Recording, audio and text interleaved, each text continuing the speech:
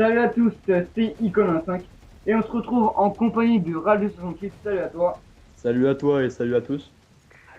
Alors, on se retrouve pour un petit gameplay très spécial, donc en zone de largage en compagnie de Joss15. Donc, je vous parle un peu du contexte de la vidéo. J'étais, comme je l'ai dit, avec Joss15 assez tard dans la soirée.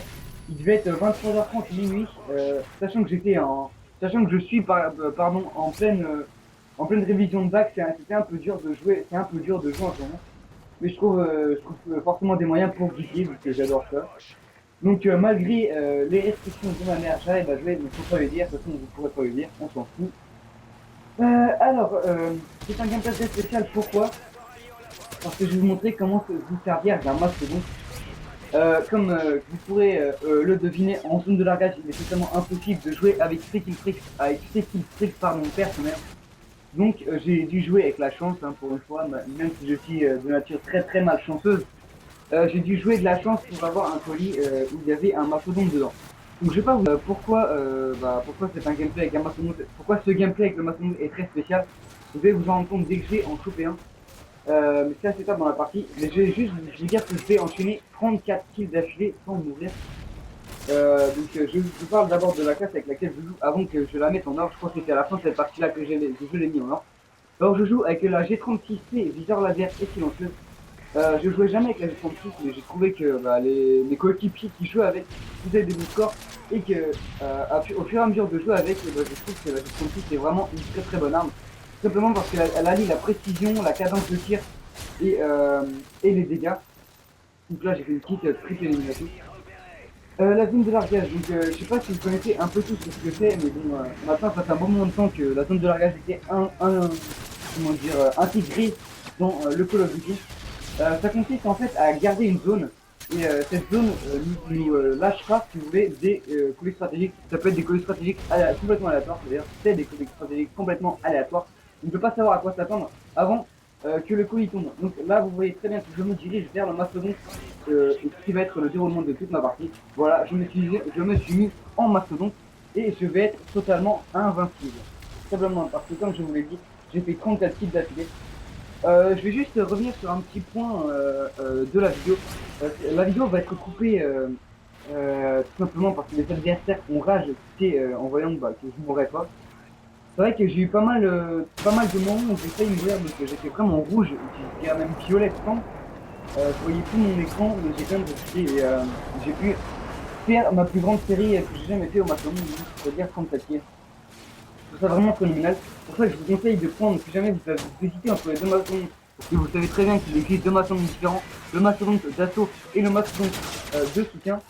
Et je vous conseille le mastodonte de soutien tout simplement parce qu'il a un bouclier anti-émeute et c'est très très très utile pour tout ce qui est explosif et pour tout ce qui est armes par exemple.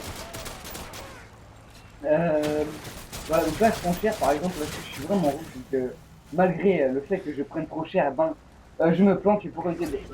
non, je fonce dans le tas, pardon.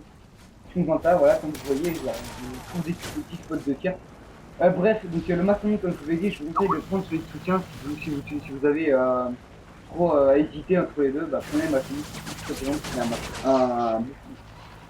Voilà pour la comparaison entre les deux maçonniques. Donc là, je suis en train de tirer sur un IMS que je n'ai pas réussi à péter. Je prenais cher. Ah oui, les C4 Monkey aussi. Alors, ça, je voudrais porter un coup de gueule aussi au sujet de ça. Les C4 mains du mort et les barreaux d'honneur, je trouve ça complètement noob. Ouais, je vais dire complètement noob. D'accord, c'est un coup de gueule, mais j'assume tout à fait ce que je dis. Les C4 mains du mort et autres barreaux d'honneur, je peux vraiment pas supporter ça. Pardon. Notamment du fait que quand je me fais buter à 23 ou à 22 kills, quand j'essaye de faire une mode, je rage mais totalement. Donc je suis de nature assez rageur, je l'assume tout à fait.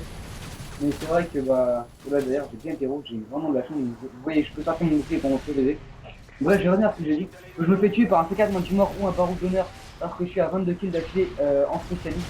Je vous dis qu'il a de quoi rager quand même. D'accord, je ne suis peut-être pas à ma première moade, mais c'est assez rageant quand même.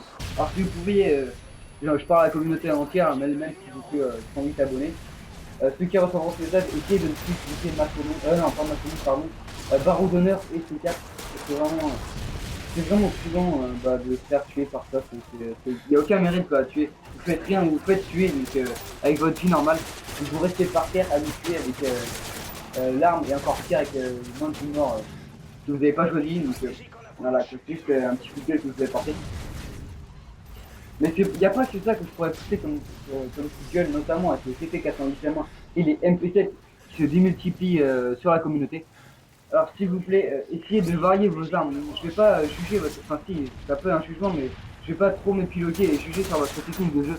Mais la PP90 et la MP7, c'est votre tir rapide, c'est du vu et revu. Donc, essayez de varier un peu vos armes parce qu'au bout d'un moment, c'est tout le temps le même refrain et on se fait buter super facilement. Et il y a, comme j'ai dit, il y a vraiment pas de mérite à faire ça.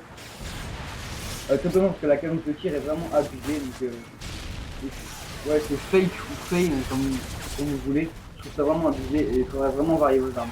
Moi, je vais faire un gros coup de gueule parce que tu me laisses même pas parler. Mais bon, c'est pas grave. Je rien dans la vidéo. Et je l'assume. J'ai beaucoup de choses à dire. Qu'est-ce que je peux dire? Oui, on va enchaîner sur les prochains gameplays qui vont paraître. Donc, on va peut-être paraître un match de team contre des gars qui nous ont assez cherché en 2 contre 2, donc le nouveau mode. Le nouveau mode, donc confrontation qui peut être en 1 contre 1, 2 contre 2 ou 3 contre 3. Ah, qui est très chiant en 2 contre 2. C'est très très chiant. Donc, le gameplay est terminé, on va peut-être enchaîner sur un autre gameplay vu que j'ai énormément de choses à dire. Allez. Donc le mode 2 contre 2 confrontation est assez compliqué quand on débute parce qu'on sait pas trop les maps, on sait pas trop se situer par rapport aux maps.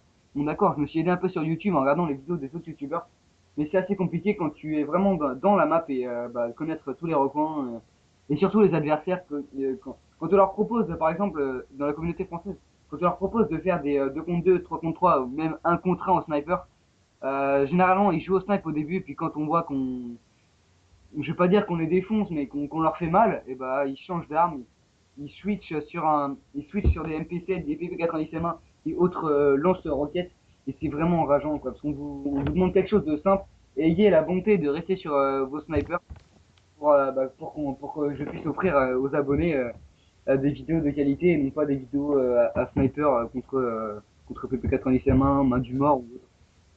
Ah, c'était juste un petit coup de gueule que j'avais à poser sur ça. Donc comme je vous ai dit, on va peut-être poster une vidéo match de team contre des gens qui nous ont pas forcément cherché, mais qui nous ont défié en mode confrontation. Après, on va peut-être enchaîner sur, ou alors on va peut-être le mettre avant le match de team. On va peut-être mettre une vidéo confrontation comme en 2 contre 2 ou en 3 contre 3 où moi je vais être au sniper.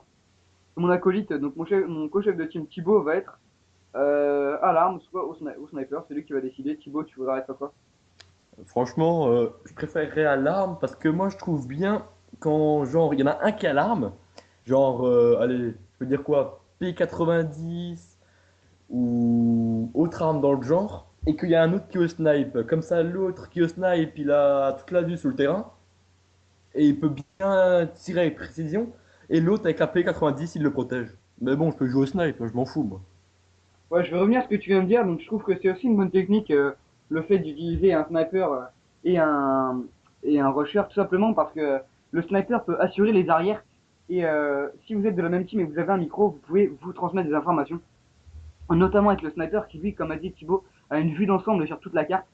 Il peut prévenir d'où vont venir les ennemis. Donc, c'est plus préférable de se mettre en hauteur ou dans un coin où la visière et la ligne de vue est assez grande pour avoir une vue d'ensemble comme Thibaut l'a dit et d'avoir aussi un rusher avec soi donc pour faire le travail d'un éclaireur si vous voulez ou d'un rusher donc de faire des éliminations au maximum que ce soit en élimination confirmée ou en match à mort par équipe. Donc je vais parler de ça aussi. Il y a deux modes possibles donc en mode confrontation en un contre un et en 2 contre 2. C'est les matchs à mort par équipe et les éliminations confirmées. Moi, je trouve ça bien parce que si on avait mis d'autres modes plus compliqués, genre domination à 2 contre 2, il n'y a vraiment pas d'intérêt. Ce serait beaucoup trop long. Impossible. Voilà. Donc moi, je trouve ça bien. Donc comme je dis, on va peut-être faire paraître une vidéo sur ça. Et aussi quelque chose que je ne peux vraiment pas vous assurer, mais que j'espère, je vais pas dire de tout mon cœur, mais que j'espère vraiment énormément, c'est qu'il y a peut-être un YouTuber qui, après son bac, donc je dirais pas le nom, et c'est peut-être pas forcément celui que vous pensez, il y a peut-être un YouTuber qui, après son bac, va faire une petite vidéo avec nous. Donc je vais insister, bref, je vais pas l'harceler non plus, mais je vais faire en sorte qu'il puisse venir et faire une petite vidéo avec nous. Donc on sait pas encore si on prévoit de faire une vidéo humoristique ou une vidéo pas forcément sérieuse et où on propose un bon gameplay. Je vais voir ça avec lui. Donc je sais pas si ça va se faire, donc je sais pas du tout, je peux pas vous annoncer, donc je sais pas du tout, c'est pas du tout sûr, donc je tiens pas à vous le dire quand même. Enfin si, je vous le dis, mais je tiens pas à vous l'assurer.